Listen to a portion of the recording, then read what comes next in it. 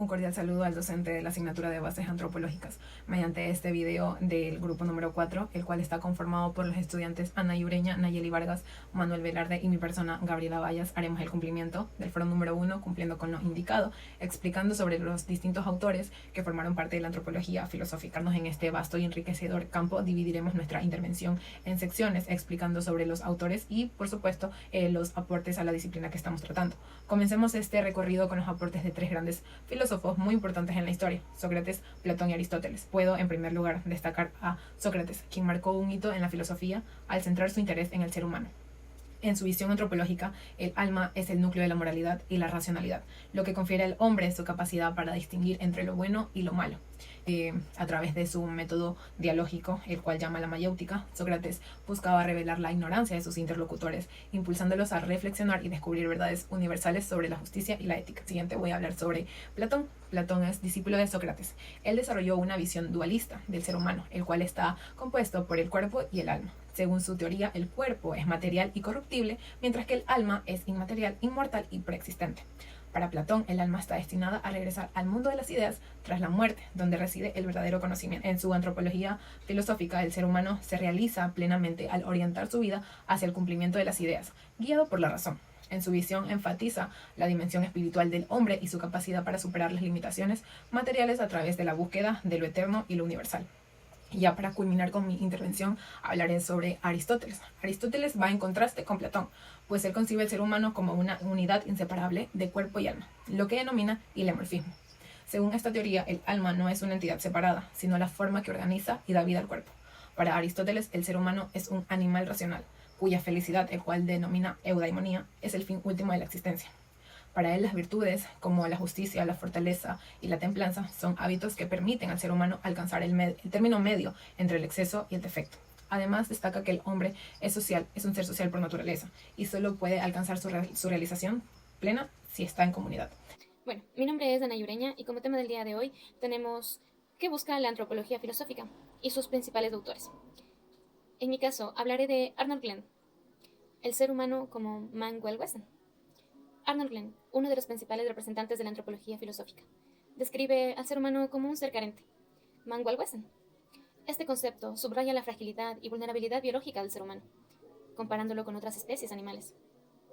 Según Glenn, los seres humanos no cuentan con adaptaciones biológicas especializadas para sobrevivir, como garras, pelaje denso o velocidad extrema.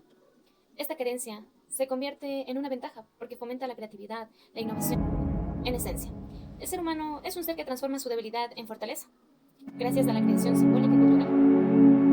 Por otro lado, también tenemos a otro autor muy destacado, como es Martin Buber. La filosofía del diálogo. Martin Buber introduce una perspectiva única sobre la condición humana a través de su filosofía del diálogo, que giran en torno a las relaciones auténticas y significativas entre las personas.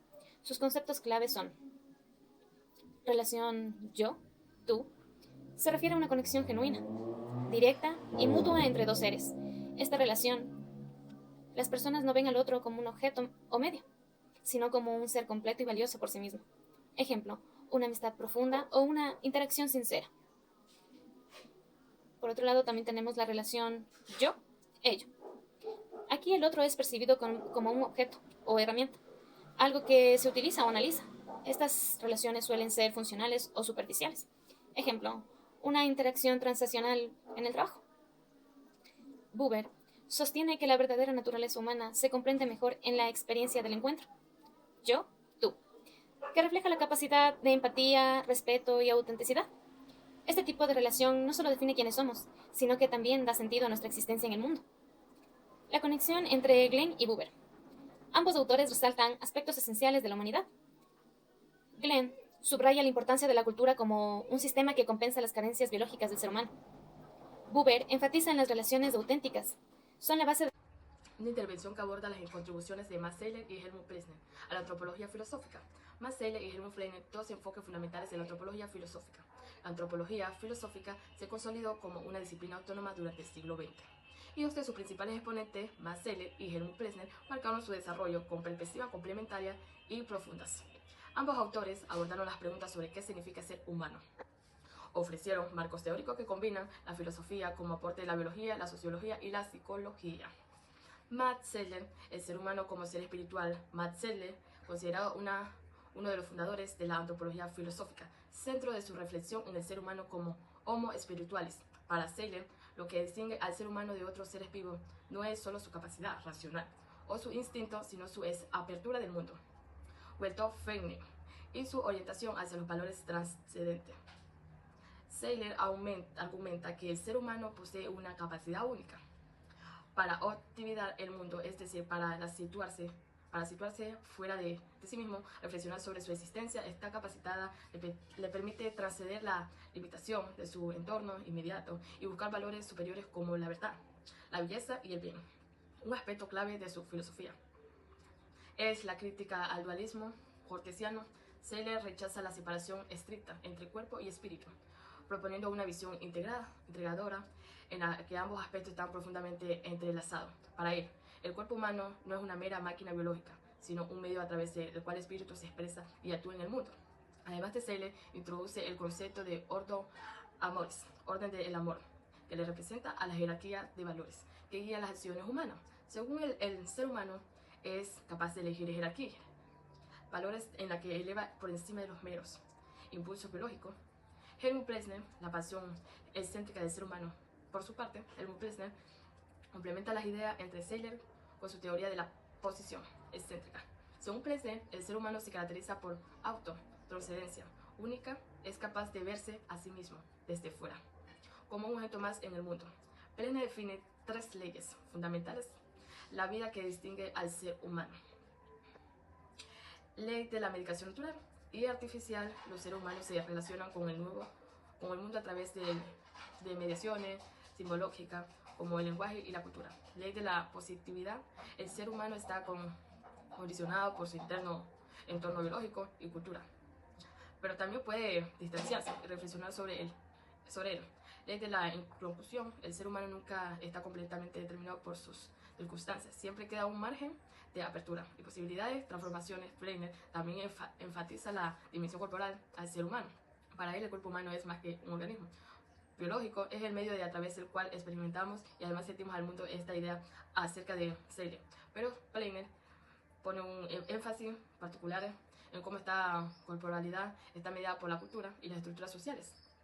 Convergencia y divergencia: ambos autores coinciden y destacan la insegularidad del ser humano como un ser abierto al mundo y a la trascendencia. Sin embargo, mientras Zeller subraya la dimensión espiritual y ética de Plessner, pone un mayor énfasis en la dimensión biológica y social de la cultura. Zeller va a ser el mundo como un ser orientado hacia sus valores trascendentales, mientras que Plessner lo define como un ser que vive en un equilibrio constante entre sus limitaciones biológicas y sus capacidades para trascenderla a través de la cultura. Compañeros, yo he elegido a 2 autores en el campo de estudio de la antropología filosófica. El primero, Friedrich Nietzsche, filósofo alemán, considerado el padre del pensamiento modernista o pionero. Friedrich Nietzsche redefine al ser humano como un ser dinámico, en constante devenir.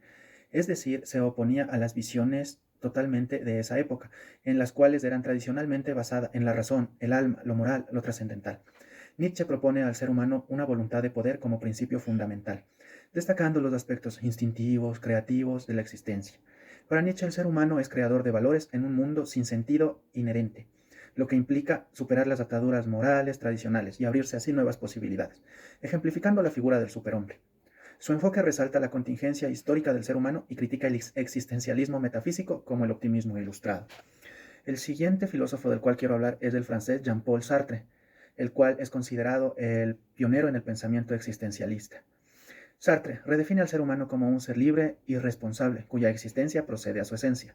Rechaza toda naturaleza predeterminada, destacando que cada persona se construye a sí misma mediante sus elecciones. La libertad genera angustia, es decir, la libertad general, pero también exige autenticidad, evitando el autoengaño. Además, subraya la tensión con los demás, donde la relación puede llevar a la alineación o al autoconocimiento. Sartre ve al ser humano como un proyecto en constante devenir, comprometido con la creación de sentido y valores en un mundo sin esencia previa.